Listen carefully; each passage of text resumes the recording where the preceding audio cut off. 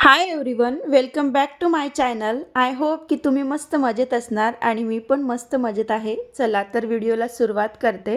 तर इथे ना मी छान अशी बसलेली होती आणि पसारा बघू शकता घरामध्ये खूप सारा आहे. तर म्हटलं चला 2-3 कमेंट आल्या आपल्या 2 दिवसाच्या व्हिडिओपूर्वी.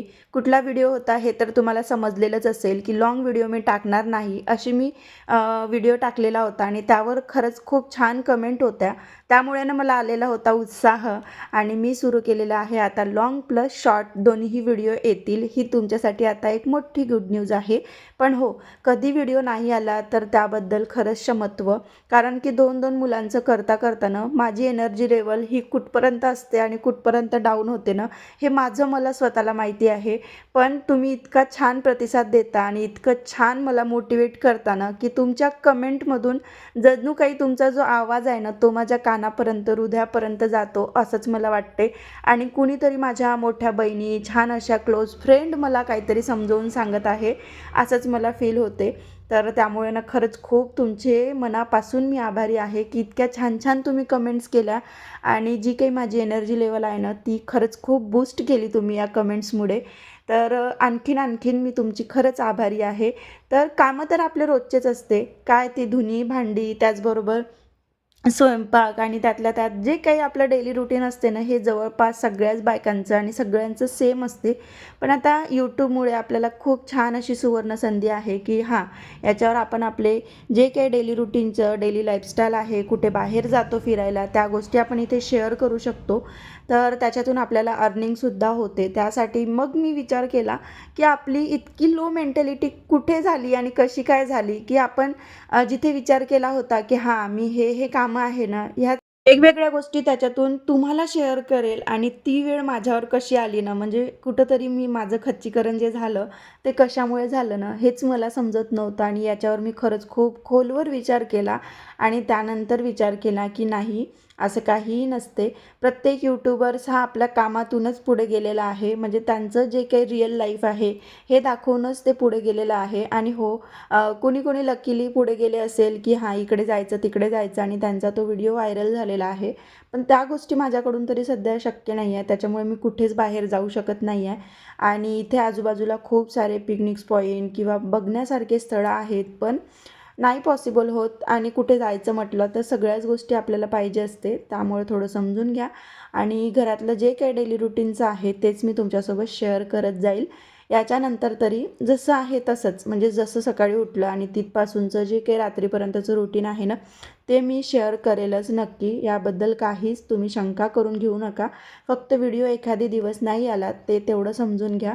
तर इथे ना सकाळीच आज इडलीचा बेत होता. त्यामुळे दिवसभर मुलांचं आणि आमचंही तेच चाललेलं होतं खाणं-पिणं आणि त्यानंतर आज रविवार असल्यामुळे बाजाराचा दिवस होता, तर तोच आठवडी बाजार मी इथे लावून घेतलेला आहे.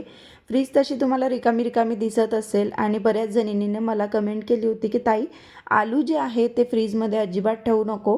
पण आमच्याकडे असं आहे, की उंदीर आला, की ते पूर्ण आलू जे आहे ते खराब करते आणि उंदराने तोंड लावल्यावर ते खाण्यायोग्य नाही राहत. तो पूर्ण आलूही टाकून देऊशा वाटते आणि त्याच्यामध्ये जे काही चांगले असेल ना, ते पण यूज करावंसं वाटत नाही. कारण की तो उंदीर असा असते ना, की की कुठेही जातो तो, म्हणजे गटरमध्ये जाईल, नाल्यामध्ये जाईल आणि आपल्या घरात येईल. त्यामुळे असं वाटते, घरात येते त्याला आपण थांबवू शकत नाही आहे, पण आलू आपण फ्रीजमध्ये ठेवून ॲटलीस्ट वापरू शकतो. असं तरी मी करते. त्यानंतर आता इथे हा जो आहे ना, तो क्वालिटी टाईम असतो आमचा. बाकी तुमचा क्वालिटी टाईम कसा असतो ते माहिती नाही आहे. पण हे ज्या दिवशी घरी असतात ना, त्या दिवशी मुलं आणि हे आणि मी सोबत माझं जे काही काम असते ते तिथे घेऊन बसते आणि गोष्टी माता ह्या त्या गोष्टी या टायमाला होत असते. त्यानंतर म्हटलं चला आता भरपूर वेळ झालेला आहे, भुका कोणाला लागला ते सांगा. तर सगळ्यांनाच थोडी-थोडी अजून इडली खायची होती आणि इडलीची अशी गंमत होती, की बनवताच बनवते तरीसुद्धा ते संपतच नव्हतं. म्हणजे पिठाची जी फर्मेंटेशनची प्रोसेस आहे ना, ती चालूच होती. म्हणजे जेवढं वापरेल तेवढं ते डबल त्याच्यात मॅजिक झाल्यासारखं येऊन जायचं. मग थोडंसं फ्रीजमध्ये मी काढून ठेवलं, तेव्हा ते शांत झालं. म्हणजे त्याची जी फर्मेंटेशनची प्रोसेस आहे ना, ती थांबून गेली. कारण की आता गरमी झालेली आहे सुरू, त्याच्यामुळे ते मला वाटते की छान असं फुगत असेल दिवसभर आणि ते दिवसभर फुगून आंबट आलेलं होतं आणि त्याच्यानंतर त्याचे जे डोसे आहे ना, ते खूप छान लागले दुसऱ्या दिवशी खायसाठी. तर इथे आता इडली वगैरे सगळं बनवून घेतलं लागलं हाताने. ओटाही थोडासा पुसत गेली, कारण की आता म्हटलं खाल्ल्यावर अजून सुस्त होतो आपण. त्यानंतर भांडेही घासायचे आहे, तर भरपूर आपल्याला अजून एनर्जी पाहिजे. इडलीचं ज्या दिवशी करतो ना आपण, त्या दिवशी म्हणजे खूप असं खावंसं, बनवावंसं वाटते. पण जेव्हा आपल्याला भांडे घासायची वेळ येते ना, तेव्हा असं वाटते, की आता एखादी महिना तरी ह्या इडलीचं नाव घ्यायचं नाही.